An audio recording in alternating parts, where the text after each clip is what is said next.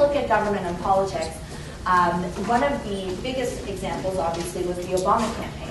And the biggest learning for me personally, especially when doing this research for Misfits, was the fact that I realized that this campaign, yes, they applied an overarching strategy, and yes, they used all these tools in an incredibly integrated way. But the biggest thing that they did, and why the movement was so powerful, was because they identified a gap in the current process around a political campaign. They said the way that people organize around a political campaign is not taking into account the tools that are available for people to use. And we're going to provide those tools and see what happens. So ultimately, the way that they ran the campaign from a technological perspective was much more reflective of the way that people interacted with technology in their normal life. And that's why the campaign really was so successful. And I'll give you a broad overview of sort of a 20,000-foot perspective of how they changed some of the main elements of a political campaign. One of the first ways that they changed it was that they changed the way people organized. Before, this is a tool called Ivey. It's the social network that was created for the campaign to mobilize grassroots organizers. Much like Facebook, it was a way where you signed up for an account and you could create events and connect with other people in your neighborhood, and you could do all sorts of activities around campaigning and organizing for Barack Obama.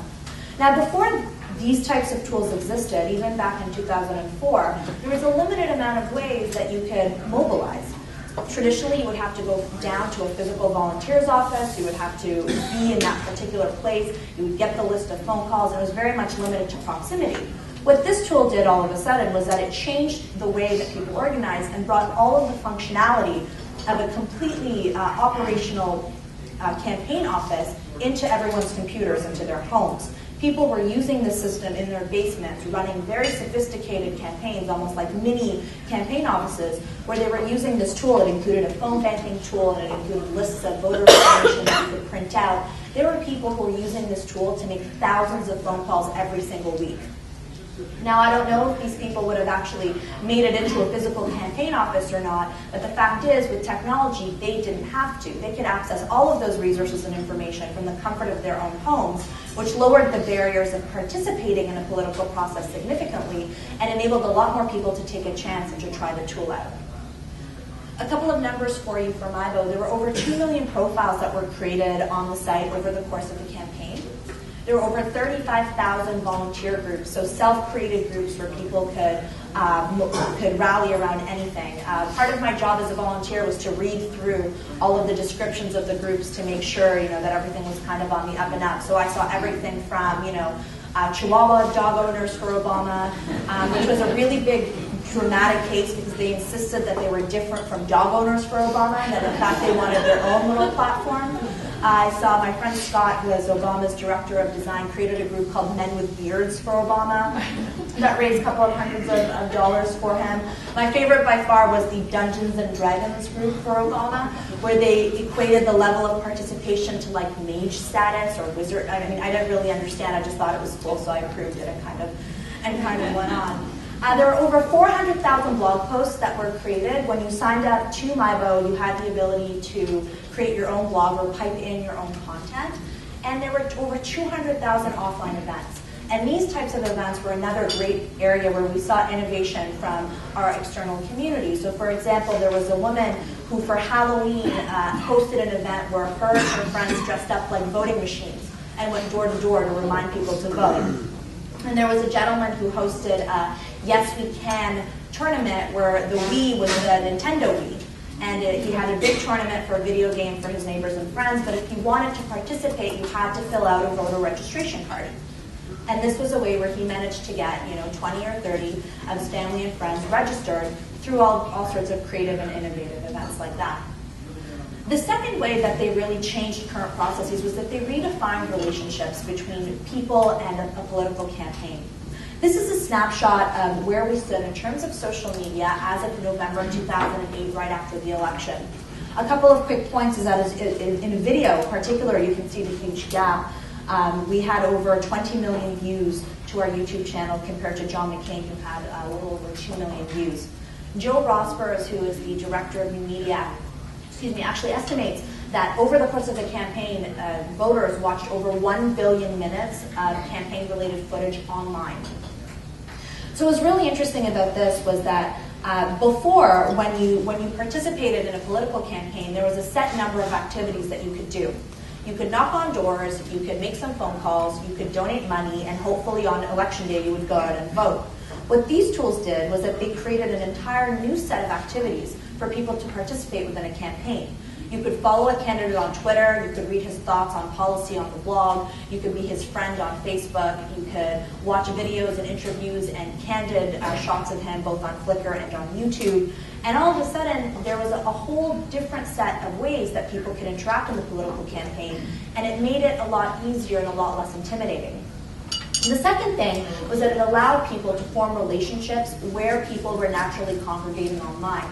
Barack Obama was the first candidate to have social networking profiles on online community groups that targeted minority communities.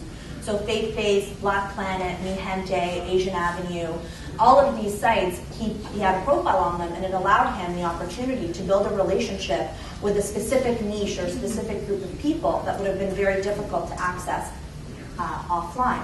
And by doing so, he put himself where the voters were. He didn't expect the voters to come out and find his website and to jump through all sorts of hoops to access information. He said, you guys are on Facebook, so I'm going to be on Facebook. You guys are on Twitter, so I'm going to be on Twitter. And it allowed people to create a different set of relationships with him. And then finally, what was interesting about this was that they created these portals of information where the campaign could use these pipelines to communicate information quickly and to an audience that really rivaled traditional media. Not only did it rival traditional media, but it allowed us, the campaign, to control the message. We got to control what we said, when we released it, and how we released it. And that was completely up to us, instead of traditionally having to wait to a local news program to cover a snippet of a campaign speech, and they put their own spin on it and their own analysis. All of a sudden, we were putting our entire campaign speech online on YouTube that was visible to everybody. And this was really helpful in helping to fight some of the misinformation that was out there, particularly the rumors around whether or not he was an American citizen, whether or not he was the father of his 2 daughters. My favorite one was that there was some sort of super secret scholarship that was funded by Al-Qaeda, who paid for a law degree. I mean, just completely insane rumors that were going around. And every time one of these rumors came up, we would use these channels to push out correct information. So with a click of a button, the right link, the information, the link to his birth certificate, for example, was on Twitter, on all of our blogs. It was on MySpace, it was on YouTube, it was everywhere. And it helped us really fight some of this information wars that was going on.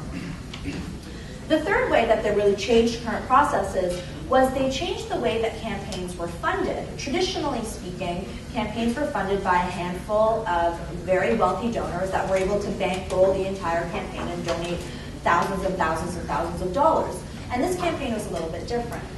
So the McCain campaign raised $360 million over the course of the election. The Obama campaign raised $750 million. Now this is an astounding sum of money that has never really been seen within the political arena before. And to give you an idea of how much money was coming in and how fast it was coming in, I'll give you a really quick story. In September of 2008, Governor Sarah Palin, she made a speech at the Republican National Convention doubting the power or doubting the impact of community organizers. She said some, insulting things about community organizers that fundamentally angered our online community that was built upon the philosophy that anybody, no matter who they were or what they did, could go out into their neighborhood and be a force of good. So campaign manager David Plouffe, he ended up saying, you know what, he sent an email campaign out to all of our supporters, and he said, if you're angered by these comments, why don't you donate $5 or $10? And show her how angry you are and show her how powerful community organizers can be. In 24 hours, the campaign raised $10 million, which was actually kind of awesome for us because she ended up being like a really great fundraising tool, which I'm sure maybe she was kicking herself for afterwards. But I was like, thanks, Sarah Palin, for all that money. But what's amazing is that by the end of the month of September, we had raised $150 million. And the really significant key number here is that 2/3 of that came from online. 2/3 of that came from email, came from text messaging campaigns. And this was really the point where a lot of businesses stood up and said, I didn't know that you could use these tools to such a large extent, to this scale. And so these are these are sort of the three overarching ways that the Obama campaign really changed the current processes. And ultimately what they did was that they changed government as being something for the people to something that's a little bit more collaborative as a process that's with the people.